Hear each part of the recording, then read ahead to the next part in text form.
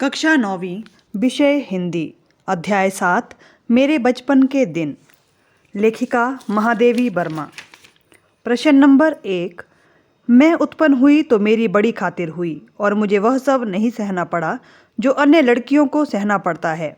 इस कथन के आलोक में क्या आप बता पाएंगे कि नंबर 1, उस समय लड़कियों की दशा कैसी थी? उत्तर: जब लेखिका का जन्म हुआ उन दिनों किसी परिवार में लड़की का जन्म लेना अच्छा नहीं माना जाता था। लोग लड़की के जन्म को परिवार के लिए बोझ समझते थे।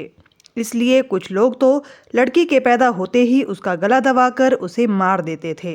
लड़की को जन्म देने वाली माँ को भी भला बुरा कहा जाता था और उसकी भी ठीक से देखभाल नहीं की जाती थी। प्रश्न नंबर ख। लड़कियों के जन्म के संबंध में आज कैसी परिस्थितियां हैं? उत्तर: आजकल लड़की और लड़के में कोई अंतर नहीं किया जाता है।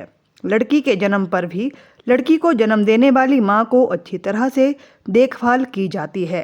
कुछ परंपरावादी परिवारों में अभी भी लड़की का जन्म लेना अच्छा नहीं माना जाता। वे लोग लड़की के पैदा होते ही उसे मार देते हैं। कुछ लोग गर्भ में लड़की का पता चलते ही गर्भपात करा देते हैं। अभी भी लड़की के जन्म को सहज रूप से नहीं लिया जाता। प्रश्न: लेखिका उर्दू फारसी क्यों नहीं सीख पाई? उत्तर: लेखिका के बाबा उर्दू फारसी जानते थे।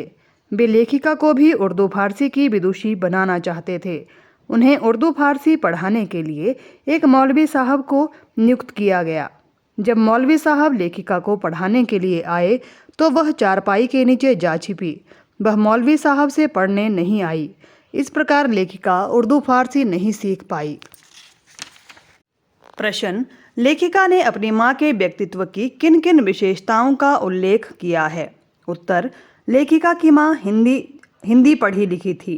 वह पूजा पाठ बहुत अधिक करती थी। माँ ने लेखिका को पंचतंत्र पढ़ना सिखाया था।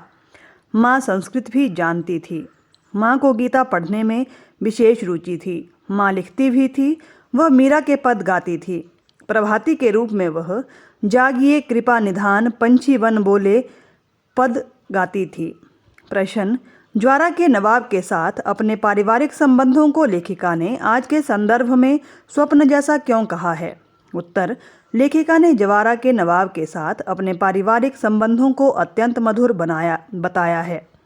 वे उनके लड़के को राखी बांधती थी तथा उनकी पत्नी को ताई कहती थी। नवाब के बच्चे उनकी माताजी को चची जान कहते थे। वे आपस में घुल मिलकर सभी त्योहार मनाते थे। दोनों परिवारों के बच्चों के जन्मदिन एक दूसरे के घर मनाए जाते थे। आज का वातावरण इतना अधिक विषाक्त हो गया है कि सभी अपने अपने संप्रदाय के संकुचित दायरों तक सीमित हो गए हैं। इसलिए लेखिका को अपने बचपन के दिनों में ज्वारा के नवाब के साथ अपने परिवार के आत्मिक संबंध स्वप्न जैसे लगते हैं।